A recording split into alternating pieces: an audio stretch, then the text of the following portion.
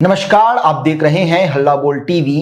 मैं हूं असद अली। मध्य पूर्व में ईरान और इजराइल अमेरिका के बीच चल रहे गंभीर तनाव का असर अब खाड़ी देशों में काम कर रहे भारतीयों पर साफ दिखाई दे रहा है। लगातार बिगड़ते हालात ने वहां रह रहे हजारों प्रवासियों को चिंता और अनिश्चितता में डाल दिया है।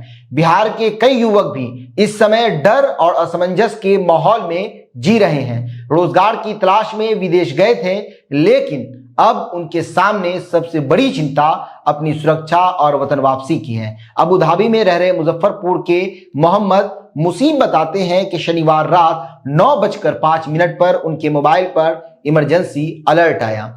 कुछ ही मिनटों बाद 2 मीटर दूर एक बड़ा धमाका हुआ। आवाज इतनी तेज थी कि लोग घबराकर इधर उधर भागने लगे। कैंप में अफरा तफरी का माहौल बन गया।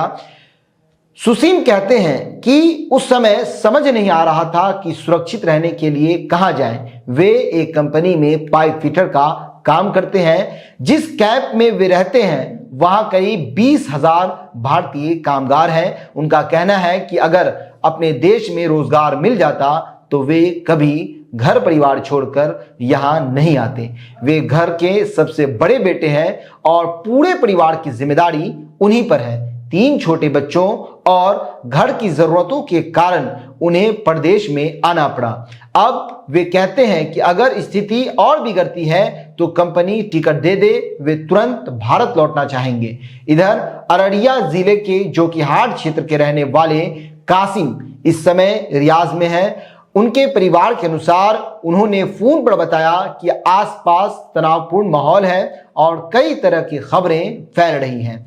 एहतियात के तौर पर घर के अंदर ही रह रहे हैं। वे अपने परिवार को हिम्मत बांध रहे हैं ताकि घर वाले ज्यादा परेशान न हो, लेकिन अंदर ही अंदर चिंता बनी हुई है। अररिया के ही हाजी मोहम्मद तालिब सलाम दुबई में है। उनका कहना है कि हालात पूरी तरह से स्थिर नहीं है।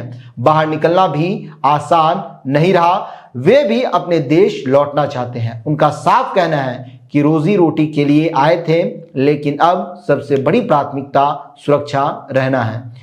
तीनों प्रवासी भारतीयों की एक ही अपील है कि भारत सरकार सुरक्षित वापसी की व्यवस्था कर दे। उनका परिवार के पास सकुशल लौटना और वे चाहते हैं, उनके परिवार भी चाहते हैं कि वे सकुशल लौट जाएं। ये सभी युवक बेहतर भविष्य और परिवार की जिम्मेदारियों के कारण खाड़ी देशों में काम करने गए थे, लेकिन वर्तमान परिस्थितियों ने उनकी सोच बदल दी है। अब उनके लिए सबसे अहम है कि सुरक्षा, स्थिरता और अपने वतन की मिट्टी। मध्य पूर्व का ये तनाव सिर्फ सीमाओं तक सीमित नहीं है। इसकी चिंता हजारों किलोमीटर दूर बिहार के गांव तक पहुंच चुकी है। यहाँ परिवार दुआ कर रहे हैं और वहां ये प्रवासी हर दिन सावधानी के साथ समय गुजार रहे हैं, इस उम्मीद में कि जल्द ही हालात सामान्य होंगे और वे अपने वतन, अपने घर वापस लौट सकेंगे। तो इस पूरे मामले पर आपकी क्या राय है? अपनी राय कमेंट्स बॉक्स में जरूर दीजिएगा।